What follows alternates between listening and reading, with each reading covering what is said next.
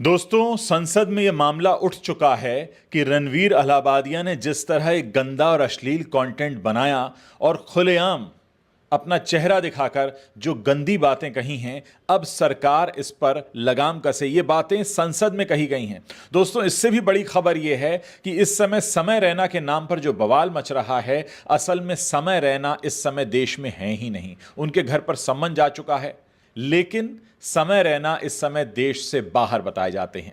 रणवीर अलाहाबादिया मुंबई में अपने घर पर हैं और उनको भी समन भेजे गए हैं। इस बीच अपूर्वा मखीजा जो हैं, जो उस जजेस पैनल में बैठी हुई थीं, उन्होंने भी बहुत सी गंदी लाइनें बोली हैं। उन्हें खार पुलिस के सामने आज पेश होना पड़ा।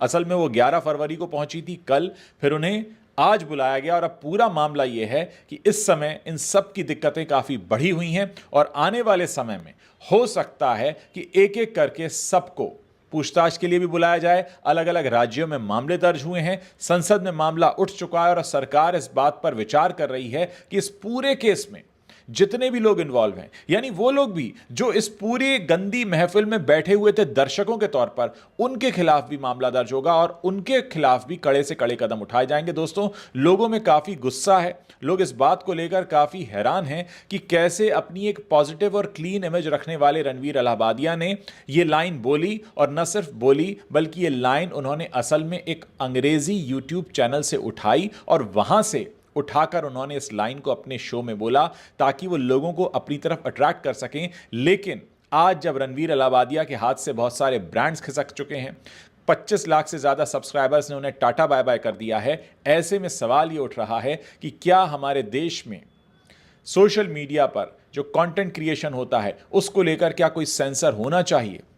बहुत से लोग ये कहते हैं कि हमारे देश में सेंसर तो फिल्मों के लिए भी है, जो फिल्में सेंसर से अप्रूव हो जाती हैं उनमें भी बाद में बदलाव किए जाते हैं, क्योंकि अक्सर किसी संप्रदाय विशेष को, किसी वर्ग विशेष को वो समझ नहीं आती, उनको लगता है उनकी भावनाएं आहत कर सकती हैं। मैं आपको उदाहरण देना चाहूँगा इमरजेंसी का, जिसको अप्रूव किया था हमारे देश के सेंसर बोर्ड ने, लेकिन बाद में इसके फिर बदलाव किए गए। हाल ही में अब छावा फिल्म आने वाली है, इसे भी पास कर दिया था सेंसर ने, लेकिन फिर विवाद उठा उनके डांस को लेकर। विकी कौशल जो किरदार निभा रहे हैं उनके डांस को लेकर, फिर उस डांस को हटाया गया। तो तमाम बातें हैं। बॉलीवुड को काफ़ी पहरे में रखा जाता है, बॉलीवुड पर सेंसरशिप है, लेकिन ये जो ओटीटी और सोशल मीडिया का जो दायरा है वहां कोई सेंसरशिप नहीं है। वहां उम्मीद की जाती है कि जो कंटेंट क्रिएटर्स हैं वो खुद ही इस बात का ख्याल रखें कि वो कोई गंदा कंटेंट न बनाए। दोस्तों, इस बीच मैं आपका ध्यान ले जाना चाहूंगा अमिताभ बच्चन की तरफ। अमिताभ बच्चन के शो केबीसी में समय रैना को बुलाया गया था गेस्ट के तौर पर, ताकि लोग उनकी वजह से ज्यादा जुड़ें उस शो के साथ। केबीसी कैसा शो है? ज्ञानवर्धक शो है, जिसको देखकर ज्ञान बढ़ता है, बहुत से गरीबों की गरीबी मिटती है। लेकिन वहां पे जब समय रैना को बुलाया गया और समय रैना अमिताभ बच्चन के सामने बैठे, तो जानते हैं समय रैना ने अमिताभ बच्चन के सामने बैठकर क्या कहा कि सर, मुझे यहां आकर अच्छा लग रहा है और मैं इसीलिए यहां पर बैठा हूं क्योंकि आपने मेरा शो नहीं देखा है। यानी समय रैना अच्छे से जानते थे कि अगर समय रैना का शो देखा होता तो उन्हें बुलाया नहीं जाता। अब सवाल यह है कि क्या अमिताभ बच्चन जी को बिल्कुल इस बात की जानकारी नहीं थी कि जिस शख्स को उनके सामने बिठाया गया है वो किस तरह का कंटेंट बनाता है? क्या उन्हें नहीं बताया गया था? क्या उन्होंने ज़रूरत नहीं समझी क्योंकि अब वो एक फ्रेम में दिखे हैं? अमिताभ बच्चन और समय रैना एक फ्रेम में दिखे हैं, तो क्या अमिताभ बच्चन उनके कंटेंट क्रिएशन को इंडोर्स करते हैं? क्या वो उनको शाबाशी देते हैं?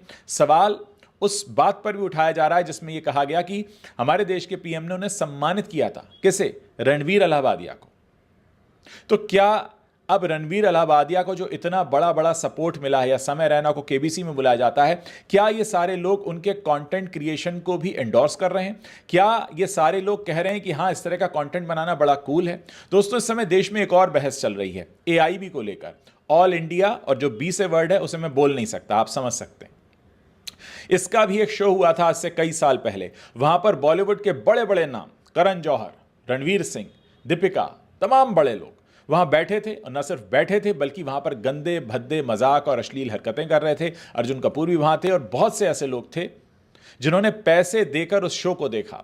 उस वक्त इस शो के खिलाफ आवाज़ें उठाई गई थी, लेकिन लोगों ने कहा कि ये तो रोस्ट वीडियो है, ये तो वेस्ट में चलता है, यहाँ चलता है, तमाम तरह की बातें कही गई और उस वक्त जिन लोगों ने आवाज़ें उठाई थी उन्हें दबा दिया गया।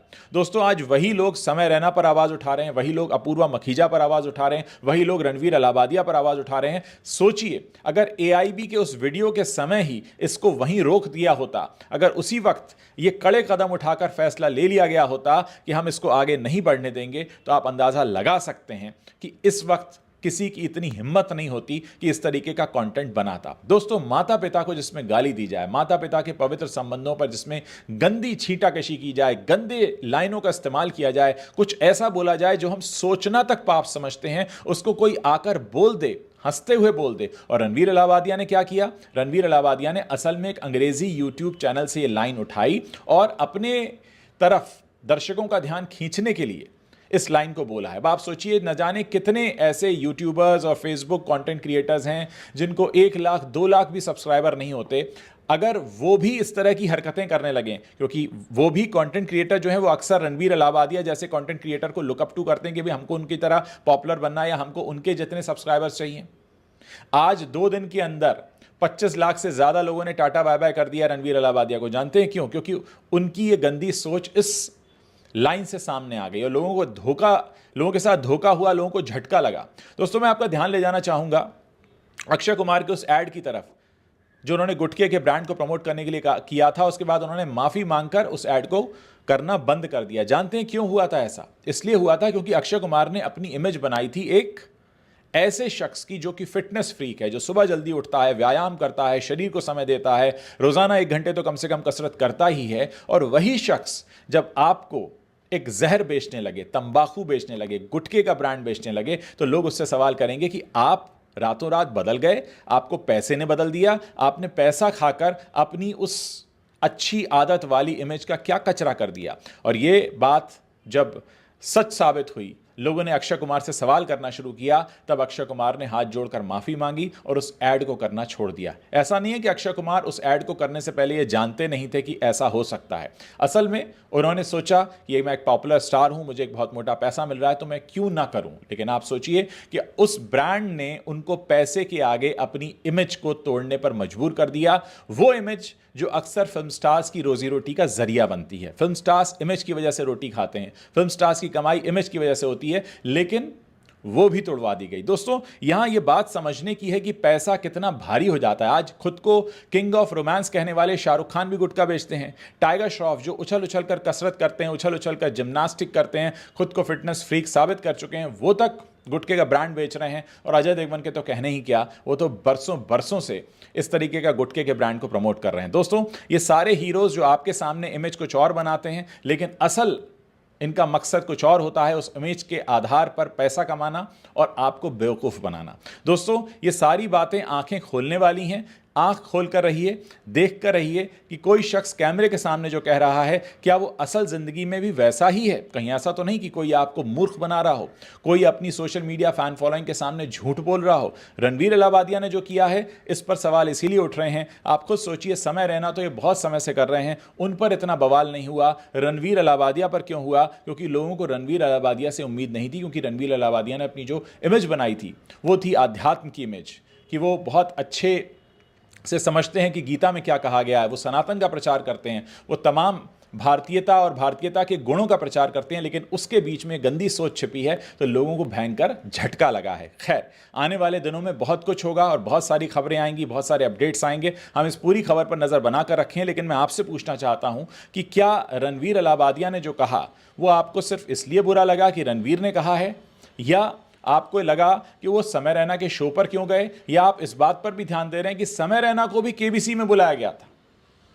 और वरुण धवन ने एक इंटरव्यू में रणवीर अलाहाबादिया से यह भी कहा था कि मुझे भी बुलाया समय रैना ने, मैं तो जाऊंगा, हिचकिचाऊंगा नहीं। और वहां पे उस शो में रणवीर अलाहाबादिया ने वरुण से कहा था, हाँ हाँ बिल्कुल आपको जाना चाहिए। तो आप सोचिए कि कितने सारे ऐसे लोग हैं जो समय रैना के शो में जाना चाहते थे, अब नहीं जाएंगे इतने बड़े बवाल के बाद। लेकिन सोचिए उनके मन में क्या चला करता है और वो किस तरह का कंटेंट कंज्यूम करते हैं।